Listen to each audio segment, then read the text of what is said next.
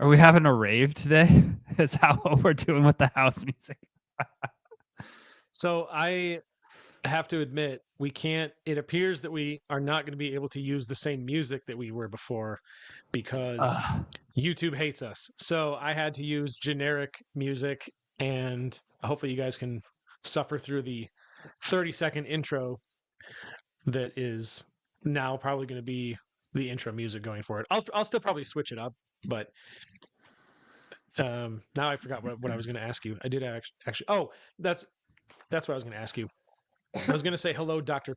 Dieter, and I wanted to ask you: is it weird to you if people call you Dr. Dieter? Does it sound weird, or is it like it doesn't even phase you anymore?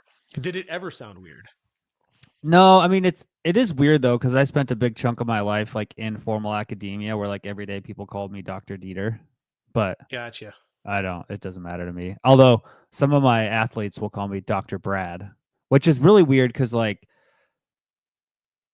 in like social media world, whenever people refer to me, it's usually like Dr. Brad, it's never Dr. Dieter, which is strange. I have one more thing before we move on. I came up with another poem for you. Oh God. Are you are you ready for it? No, Okay, but hit me with it. This poem. Do you remember what the old one was called? No, it was like 10,000 something. It was 10,000. Yeah. So I have a new poem. It's, in my opinion, it's a lot better than the other one. This one's called 20,000. I think you already used this joke on like the second day that you followed up. No, I've only used 10,000. This is 20,000. Let me guess. All right. I want actually. Speaking of Dylan doing weird things, do you remember when I came to Rochester, excuse me, and we played basketball and you got just absolutely demolished? I remember. Yeah, I do remember that. That my segue to that is Dylan could use coaching in basketball. So today we're going to be talking about why coaching works. Remember the movie Me, Myself, and Irene? Yes, I do. I have not seen it in a long time, and I think I was like half paying attention when I watched it, but yeah. There's a part in there where they have to push a car off a cliff. Mm-hmm. And so Jim Carrey's character with Renee Zellweger's character, they're about to push the car. And he's like, all right, on my count. Ready? No, I'm sorry. I messed it up. He goes, all right, we're going to push on 9. Ready? 1, 2, 3, 4, 5, 6, 7, 8, 9. And they start pushing. And I want that to be my countdown from now on. I'm going to start telling people we're going to go on 9, and then I'm just going to count really fast. Thanks for bearing with us, guys. All right, we should probably get on with it. We actually have a fantastic episode on tap, whatever you want to say, about why coaching works. Now, before anybody jumps to conclusions, I want to make this clear. My intention with this is not trying to sell you guys anything. This isn't going to be one of those episodes where it's like, go get a coach. In fact, we've never done an episode like that. But I did think it was important to highlight some actual, we're going to go through some statistics about people's success rates with coaching, the psychology behind it, the benefits, and then you guys can do with that information what you will and make decisions from there. But being in the coaching business, there are, we have a lot of insights that people on the outside do not have. So my hope with this episode is that it at least gives you more of a glimpse into what we do, how coaching can benefit you. And if you do decide to take the plunge, go for it. And if you don't, that's okay too. It's really more of an educational piece that I'm going for. So we can just start, and we'll start by explaining, because there's different, we could define coaching just overall as like, just broadly, like what does coaching mean? Because there's different types of coaching, but specifically what we do is nutrition and fitness coaching. And by that, we could even take that a step further. It's really a lot of a lot of behavior-based coaching, behavior and habit building. We really take a deep dive into your life. So when people hear nutrition coaching, they think, oh, you're going to tell me what to eat and this and that. It's like, it's way deeper than that. So, but first and foremost, excuse me, what coaching is not is, it's not, at least the way we do it, it's not someone who berates you. It's not someone who acts like a drill sergeant and tells you, do this, do this, do this. And what coaching is good guidance from excellent guidance from an expert, someone who can provide the accountability people are looking for, a different perspective. And I know Brad's probably going to have a lot of coaching analogies that are probably akin to basketball, but I think like a basketball coach is a good example. The players show up every day to practice, to be coached, so that the coach can say, here's something you need to work on this. You're not doing this correctly, try this instead. Like, that's kind of a good coach is the one who can see your blind spots and your weaknesses and help you build those up so that those are no longer weaknesses. A good coach is that for you, rather than someone who's just, like I said, just a drill sergeant. So I'll let you kind of define how do you define coaching? I just define it as someone who is there to build you up. If I had to put it succinctly, it's someone who builds you up and helps you improve the skills that you need to improve and just become better at what you're trying to do. Lots of different ways to do that, but how do you define coaching, Bradley?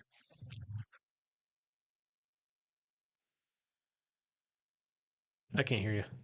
I think it's less of how you define it and more of how you think about coaching and what it is. I mean, if you kind of dissect the answer you gave, you can break it into kind of two pieces. There's like the information transfer or the education piece. And then there is, how do you get someone to do what they should be doing to get to where they want to go? And so I think a lot of times people think that coaching is the information transfer. Like, I just give you information. So like the best example is I just give you a meal plan, right? Giving our clients information or engaging in information transfer is like the entry level basic 101, like not even 101. It's like the remedial class you have to take to get into 101 coaching. Like, right. While that is part of the coaching process, it's not really coaching, and it's not what creates like meaningful change. And so, like, if you think about when you were coaching and you pay attention to the clients you have and their results, like, you kind of know this is true, right? We have more information now than we've ever had. You can you can download ChatGPT on your phone, ask any question. It's going to give you the answer 99% of the time. It's going to be right. But what really happens is clients don't know what to do with information, and they don't know what's the right thing to do. And they don't know how to do that consistently in their real life under stress. And so, like, really good coaching at the heart of it is behavior change. Like, you're not just giving your clients macros, workouts, or, answering their question about fiber recommendations or how do I reduce my risk for heart disease. It's, you kind of help them build new patterns. And what you're doing is you're teaching your clients how to act on their goals in the face of like fatigue, distractions, craving, chaos, stress. Like, that's the real work of coaching, right? It's, you basically say, okay, coaching involves a skill set. However, to be successful within a specific domain of coaching, you need domain specific knowledge, right? So if I was a business coach, I would need to understand how to get my clients to engage in behavior change, but I also need the domain specific knowledge to know what are the areas in my client's business that they need to focus on, right? Is it my sales process? Is it my marketing process? Is it, I got to figure out like the operations? Is it, I got to figure out manufacturing? Like, what is the bottleneck? And so when you think about like nutrition coaching and fitness coaching with our clients, that's what we do. We have domain specific knowledge to help isolate the major levers that our clients need to pull. And every client's a little bit different. But the real skill and art of coaching comes into how do we take that information and get them to consistently behave in a manner that solves that problem for them, and then we move on to the next problem. You know what I think is I don't think the majority of the population thinks about coaching at all. Like, I think it's severely lacking in our society. Don't you think? Like, you never, outside of our circles, you don't hear about people saying, I hired a coach for this. I hired a coach for that. Like, that's just not something that people seem to do very often. And I think that is a reflection. It is a reflection of the things that we value. And to me, it's pretty clear that there are a lot of people who don't value having a coach because they've just never thought of it that way. Like, it's so I think it is how we think of it. I mean, I think it comes down to we've been sold this idea that if I have the information, I have everything I need. Exactly. And like, that's just not the case, right? It's super true if you just think about, like, let's just take a sports analogy. When you watch a professional play a sport, you have all the information you need, right? Like, you know what to do. Like, you can watch them. If you watch 2-3 hours of film, like, you would know what you need to do in a situation. But like, developing the skills and the tools and the muscle memory and the decision-making ability of like how to make the right decision in the moment and process information correctly, that takes a lot of time, and that takes somebody giving you objective feedback, right? It's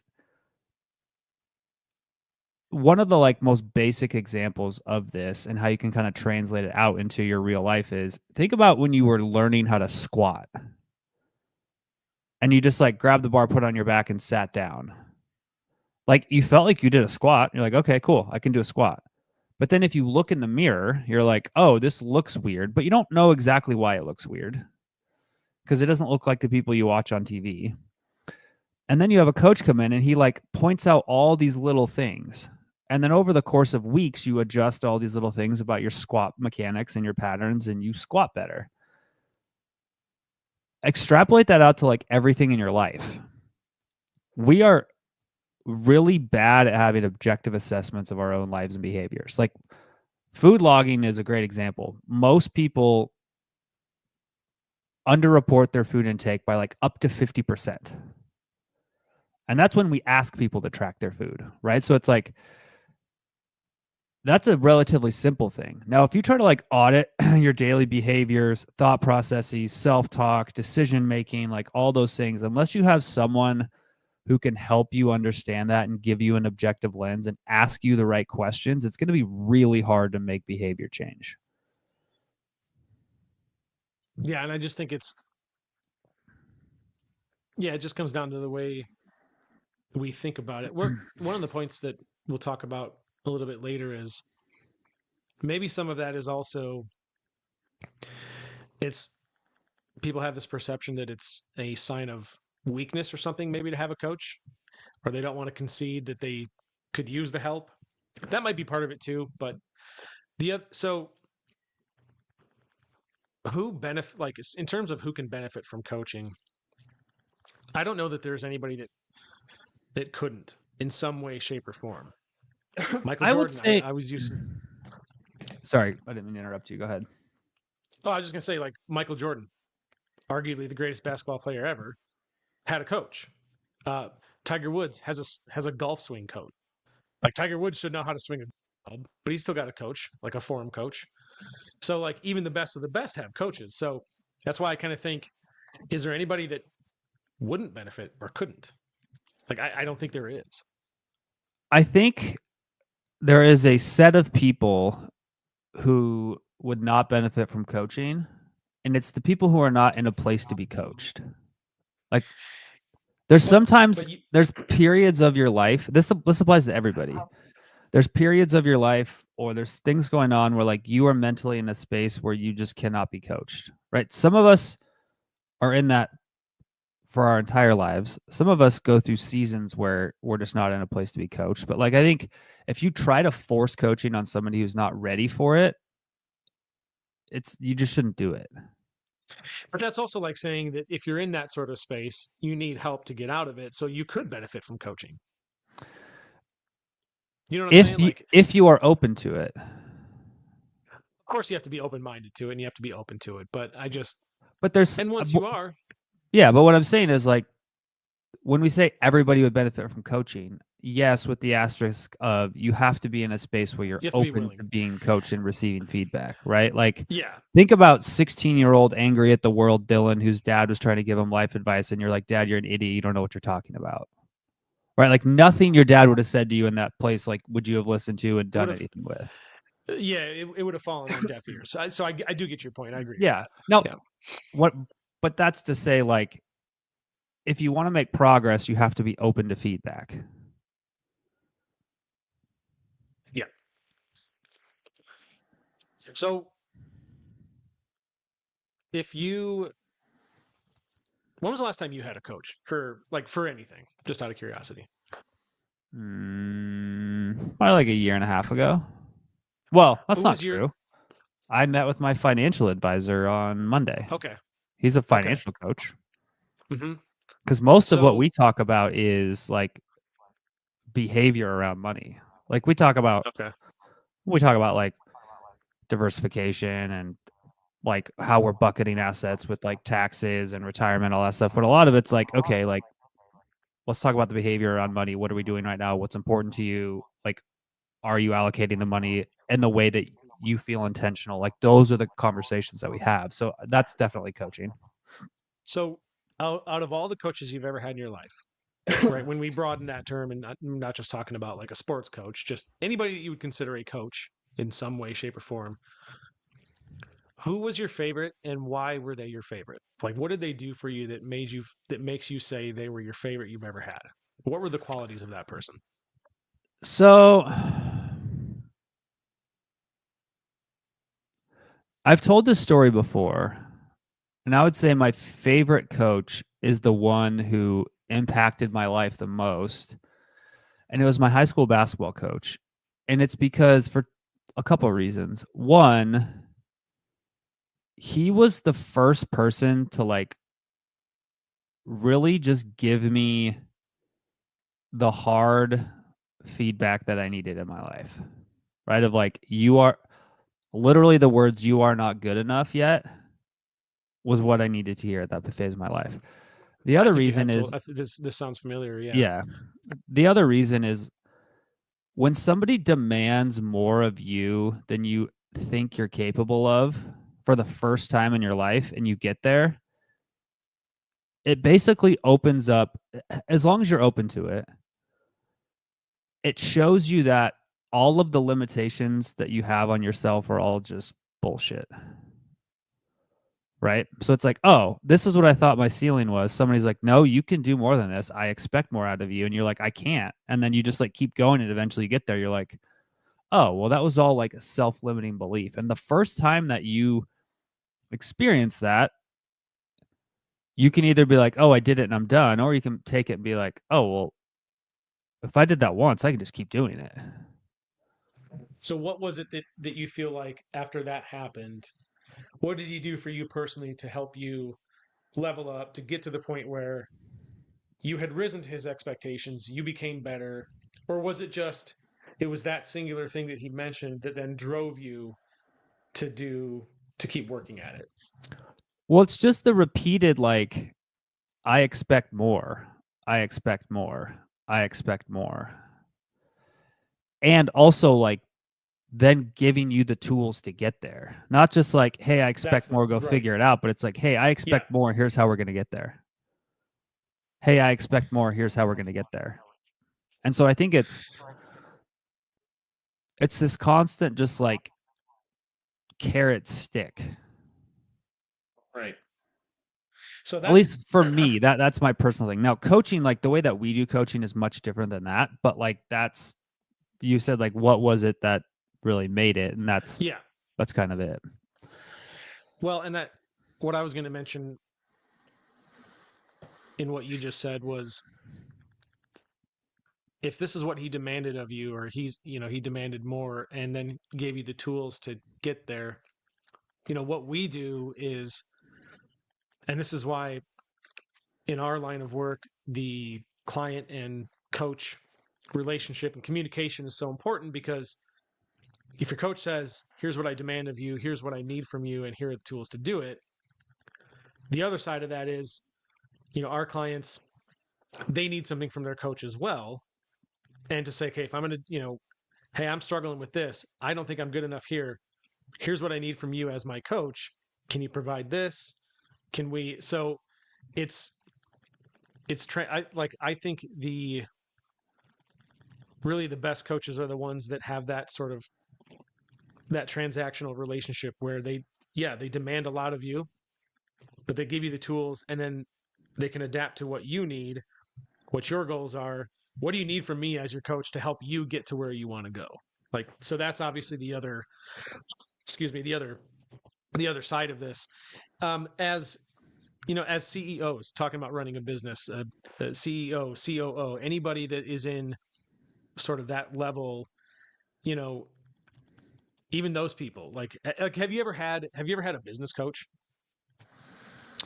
Not like formally. Not in that sense. Okay. But I've had a lot of colleagues who are entrepreneurs who have gone through the same thing, and we've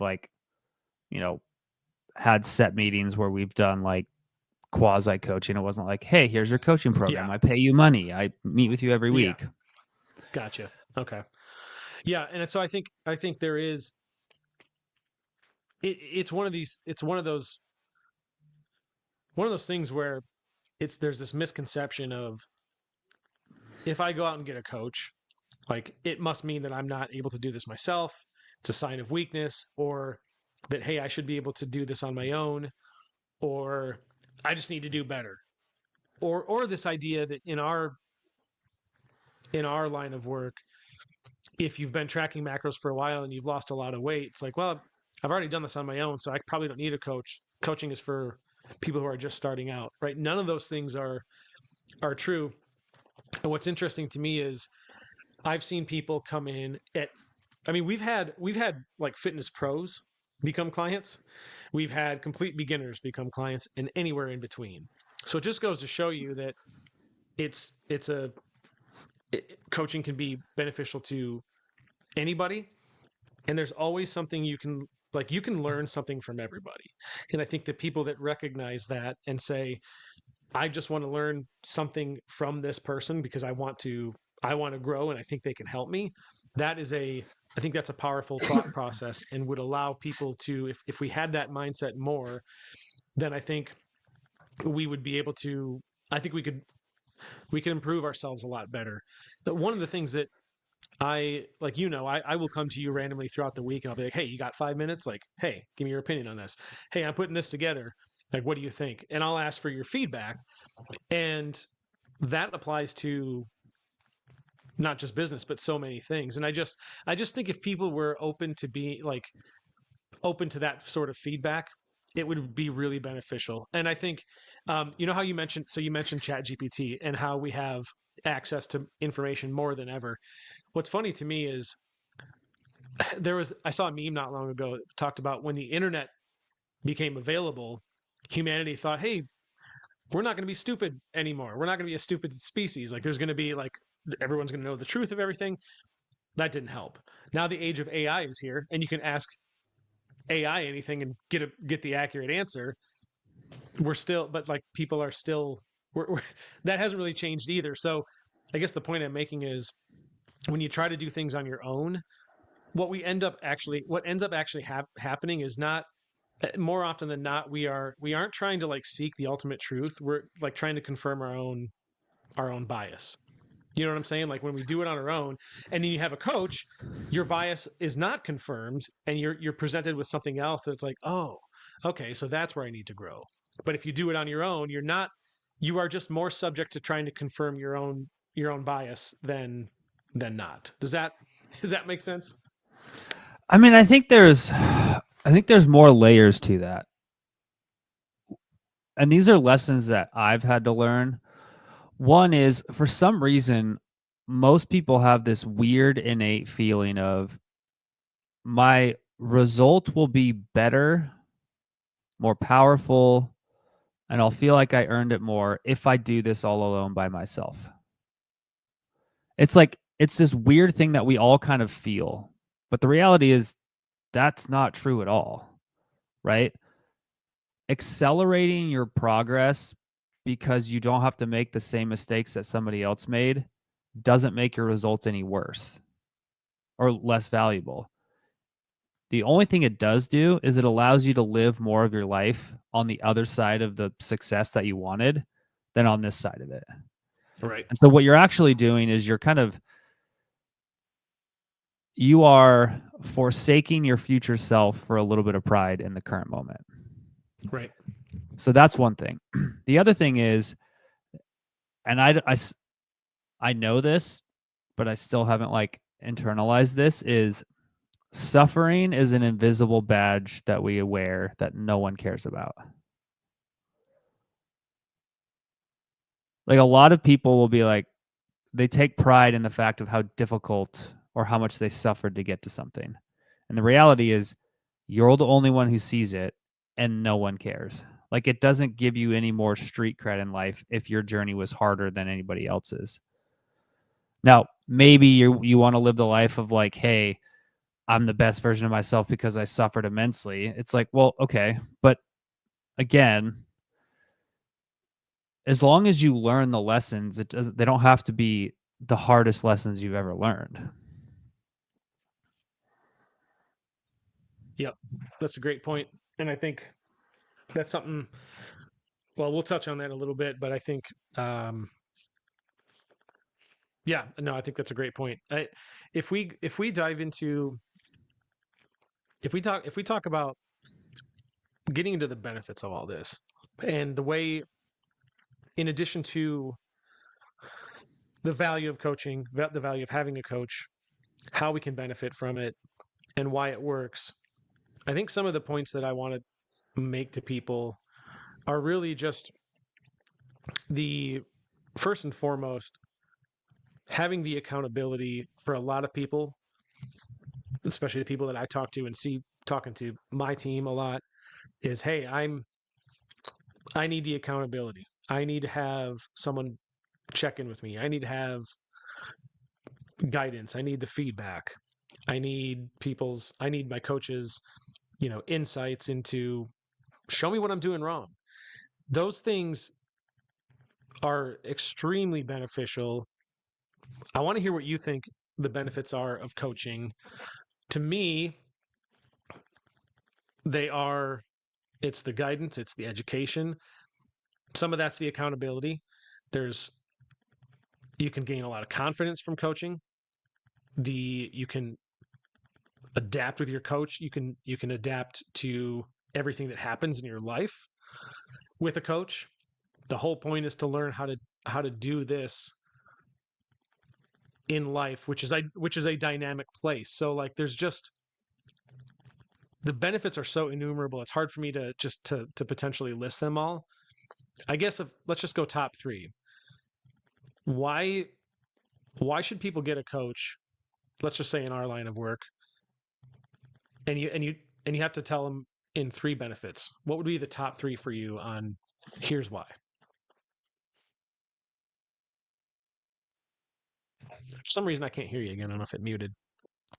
The first reason I would say is having someone who can, from the right place, be completely objective with you about your behaviors is one of the most valuable things you can spend any money on. The unbiased perspective.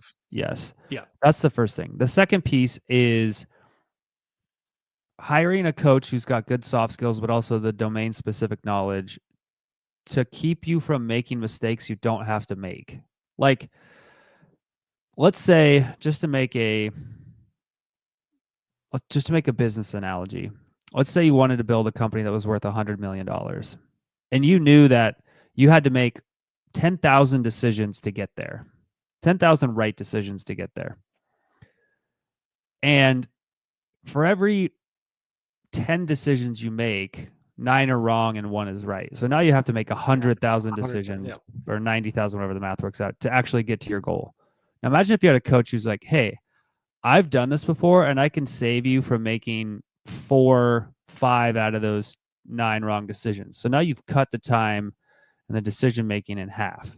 It's the same thing with like a health and fitness journey. If we can prevent you from making the mistakes that we've made or our previous clients have made, the stress, anxiety, and time is going to be much less to get to your goals. That's and a then great analogy. The last reason, the last of these 3 is, and I think this is maybe the most important, I don't know. The average person is not going to have the goals that you have. And so most people aren't going to understand why you're doing what you're doing. Your coach is somebody who you can have these conversations with and they get it. Because they know why. Yep. Like for about 15 years, nobody in my family was like, why are you getting up at 4 a.m. to go to the gym? Why are you working 18 hours a day, 7 days a week? Like they just didn't get it. And so I had nobody to talk to. But when you have a coach who's like, oh, I get it. Yeah, this is normal. This is fine. What you are doing is the right thing. And I think having somebody who understands why you're doing what you're doing in your corner that you can talk to also keeps you on the path and keeps you from going back into the like normal population of people who just don't get it.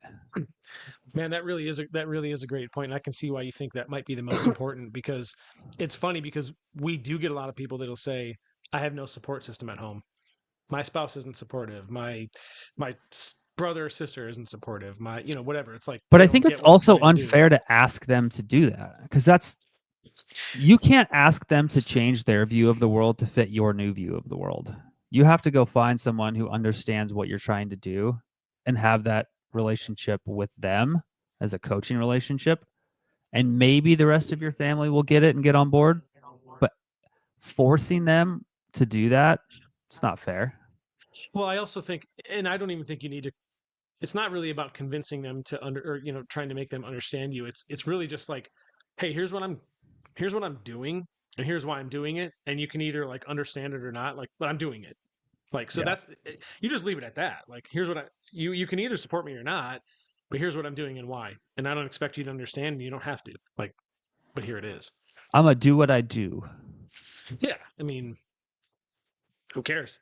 So I wrote down, I do want to go through some, we'll dive into the psychology of why coaching works. And then I want to share some statistics with everybody, because I wrote down some stuff that I'll kind of read here that I think really highlights why coaching can be so powerful. So, like I said, I'll just read some of this stuff here.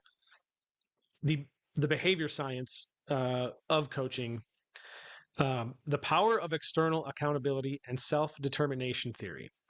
So when someone's watching and when we have to report back to someone, we're far more likely to follow through. That's not just motivation, it's behavioral reinforcement.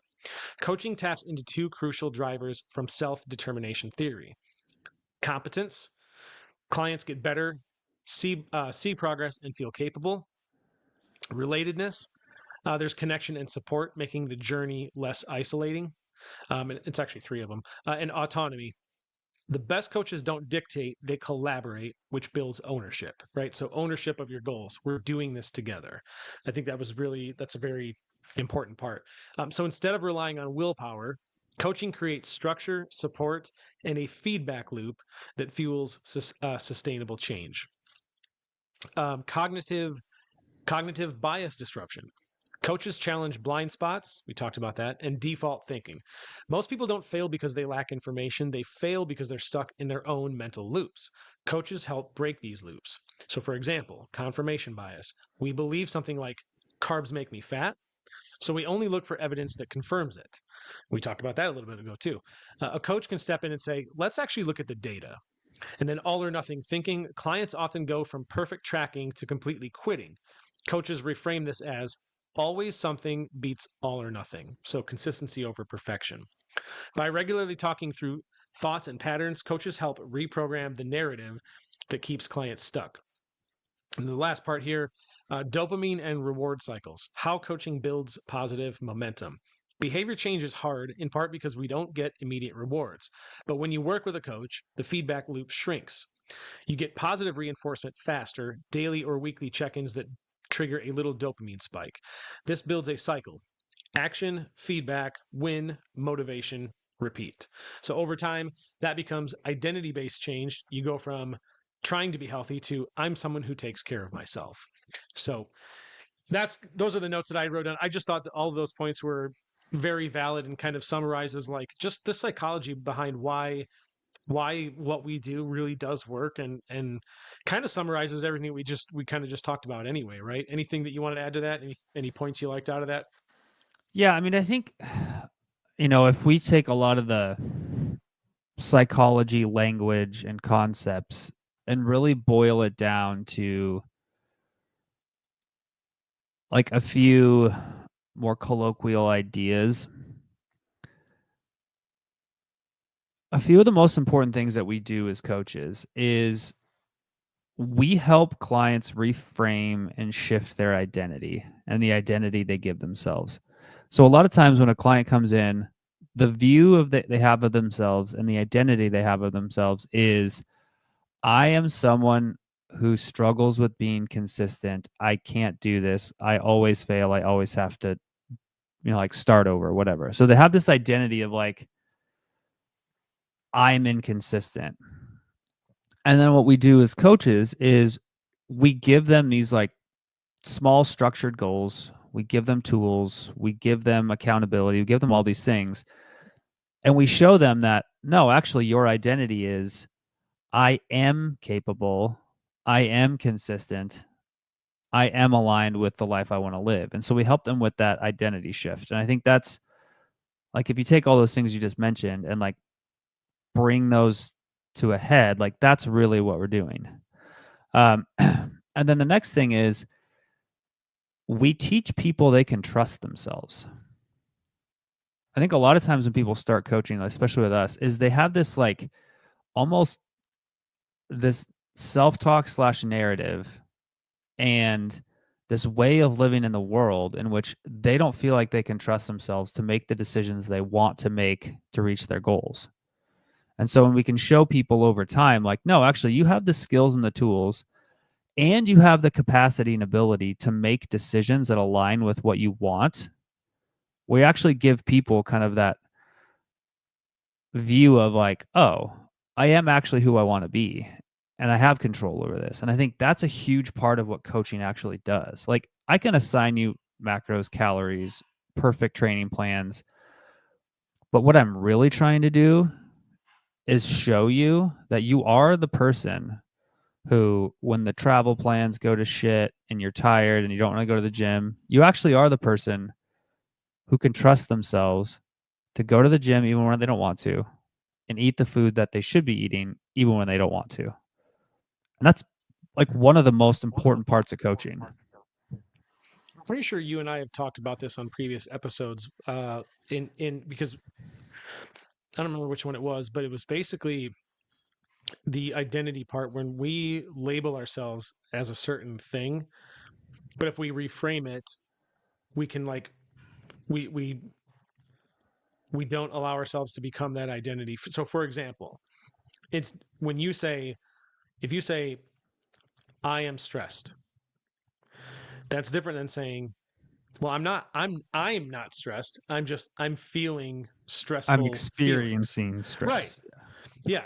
I'm not depressed. I'm having depressing thoughts or depressing, I'm in a depressed mood, but I'm not depressed, right? Like, so just, I think reframing that sort of thinking is kind of falls into some of that, just the identity thing, right? Because it's like, what do you believe about yourself? That has a huge impact on the way you behave and the way you go about your life. So that can be a big key there. Anything else you want to add to that? I was going to go over some of the statistics and Yeah. rates about. As we're talking about this, it reminded me of there was a book that was really popular a long time ago. This was probably 20 years ago. It was called A Million Little Pieces, I think. And it was Yeah, I've heard of that. basically Yep. the story of this guy who was a drug addict and ended up in rehab Yep. and whatever. And the end of the book is, and I think it was like supposed to be based on a true story, but it was embellished. But anyway, at the end of the book, the guy gets out of rehab, and like the first thing he does is he goes to a bar and he sits down and he orders a drink and he sits there and he decides not to drink it. And he did that because he was like, I don't want to live the rest of my life avoiding this and trying to figure out if I am the type of person who can trust myself. Let's just see if I can trust myself immediately. Now, obviously, that's not life advice. Don't go do that. But like, that's when we talk about coaching, is like, that's what we're trying to instill in our clients, is this like intense level of self-trust of like, yep, you got this. Like, this is you now. You are the type of person who makes the decision that aligns with your goal, even when all of this like chips are stacked against you. Do you know who Wayne Dyer is? That name sounds familiar. He's he was, I believe he passed, but he was a motivational speaker who I just remember there was a clip I heard from him where he was like, he was basically telling the audience that if you behave as the person you want to become, like, in other words, if you think about what behaviors and habits would the person that I want to become be doing right now, and you go and do those things, even if you're pretending, if you pretend long enough, that eventually becomes you.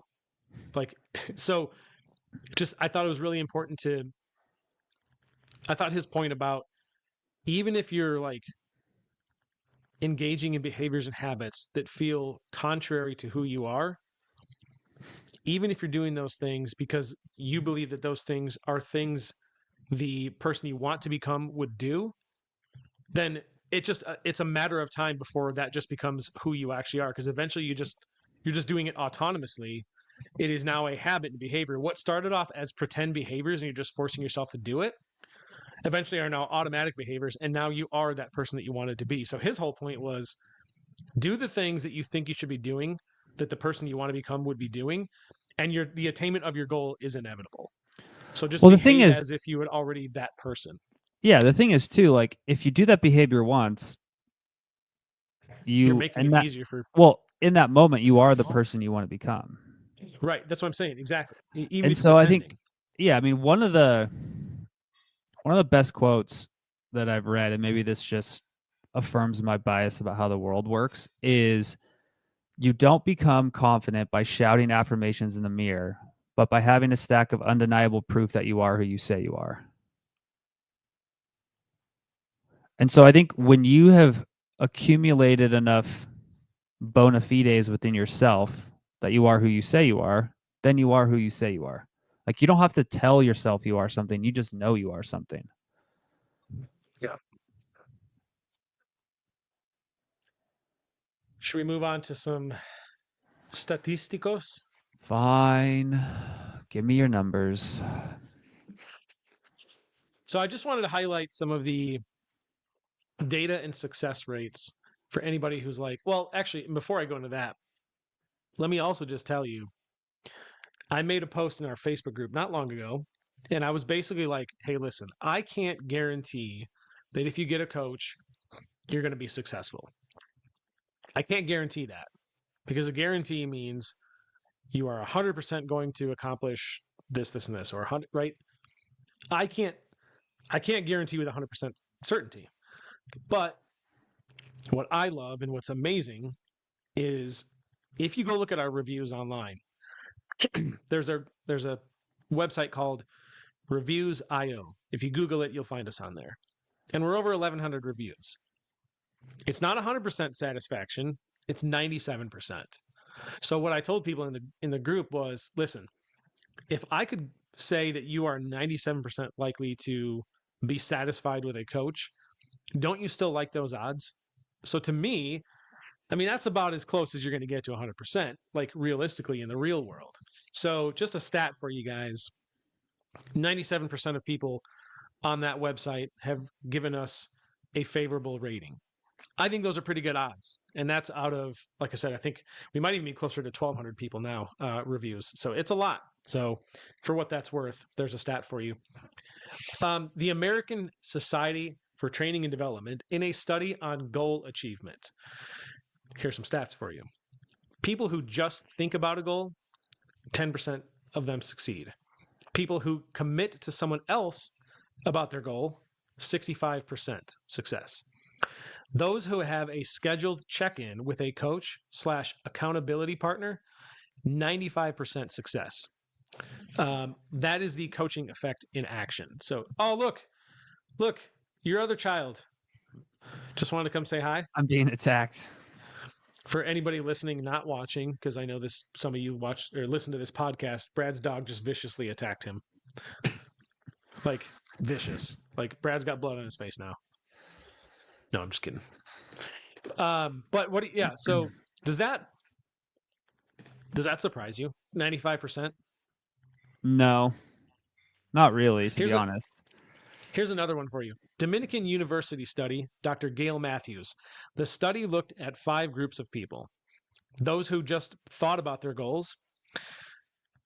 Actually, I think it's 4. Anyways, those who just thought about their goals, those who wrote them down, those who shared them, and those who had ongoing check-ins with the coach. The top performing group, people who wrote goals and sent weekly progress reports to a coach, had a 76% rate compared to just 43% in the control group.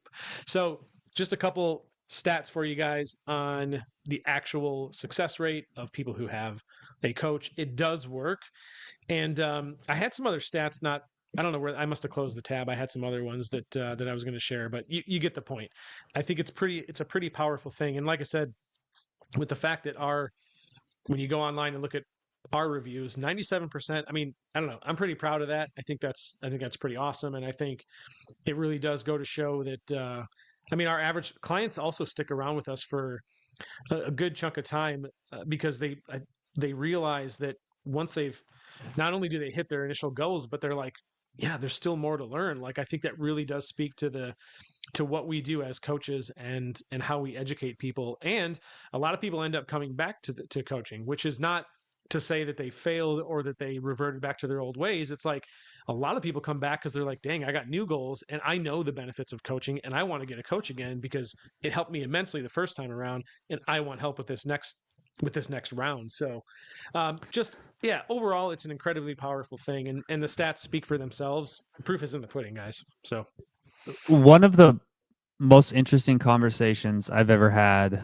with a client, it was somebody, so like I randomly just get Facebook messages all the day from people who are clients and like, hey, how do I re-enroll? Yeah.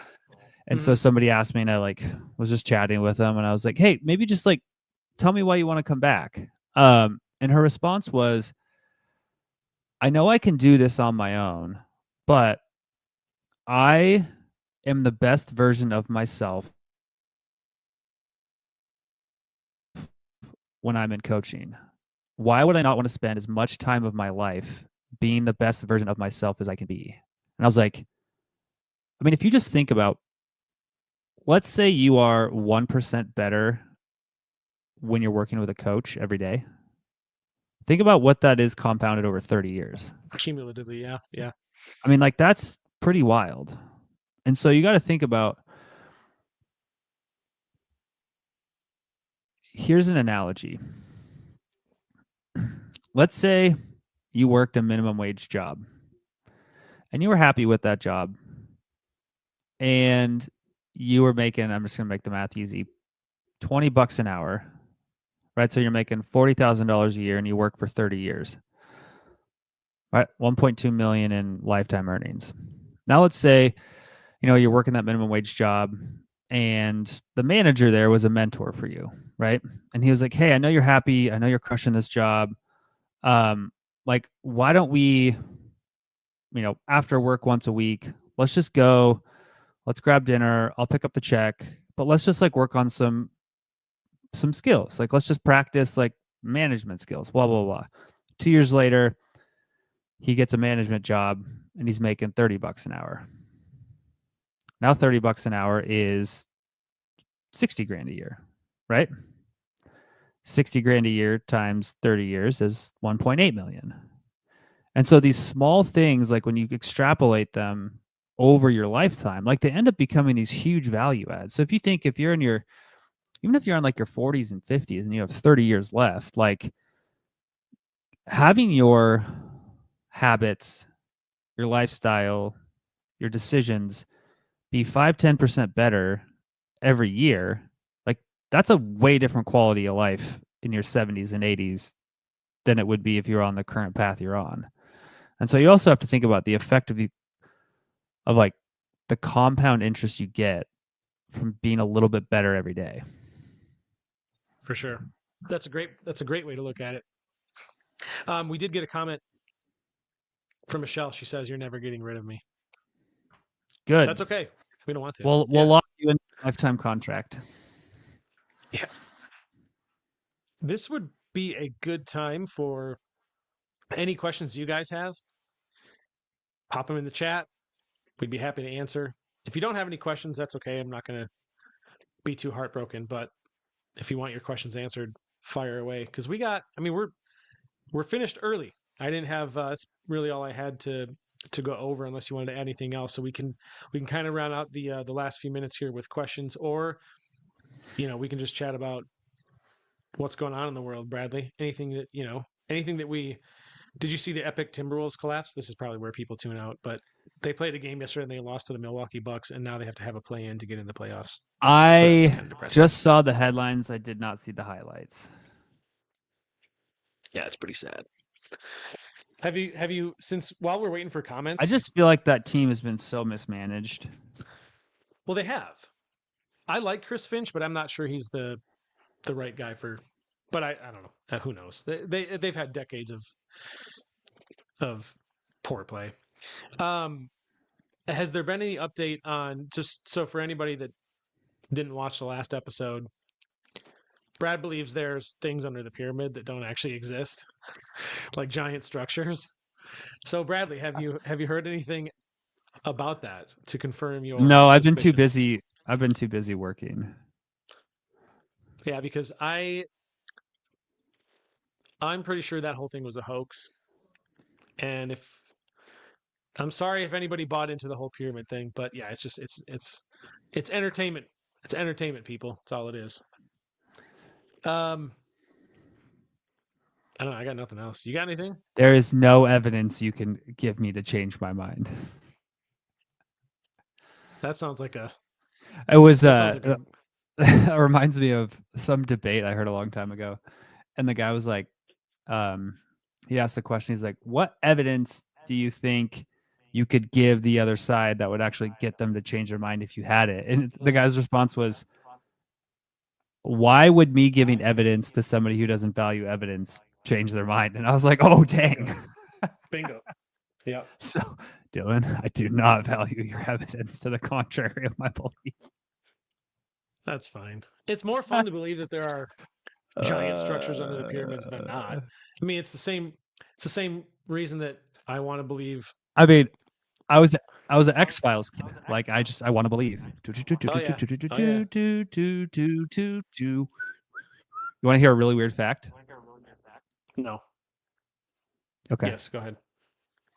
When I was a kid, one year for Christmas, I got my first CD player with my first CDs. And you know what the 2 CDs I got that were the first albums I ever owned? What year was this? Oh my God. Mid-90s.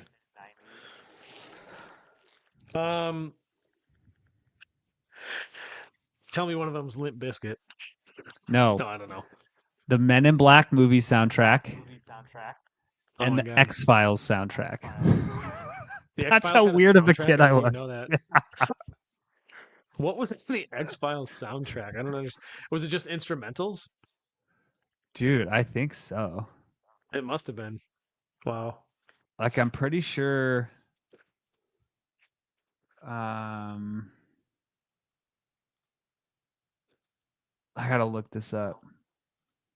It might have been 1998. I might have been 10 years old. Yeah, this was it.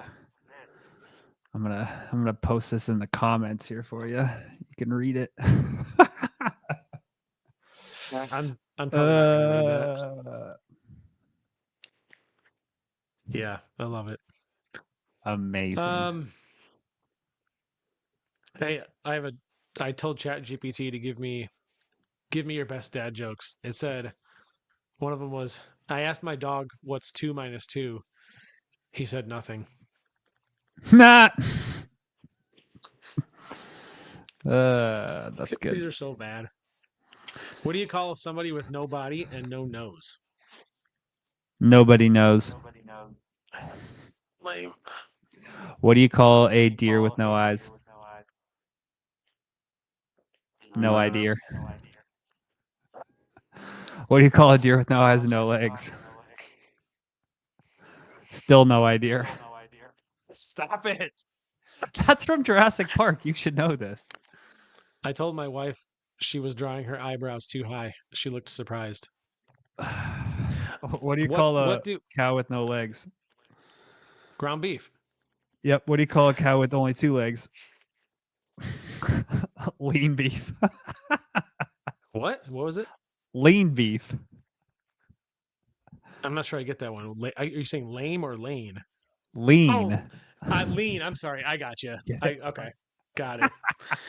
What do Alexander the Great and Winnie the Pooh have in common?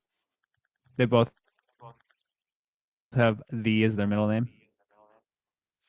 I've told you that one, haven't I?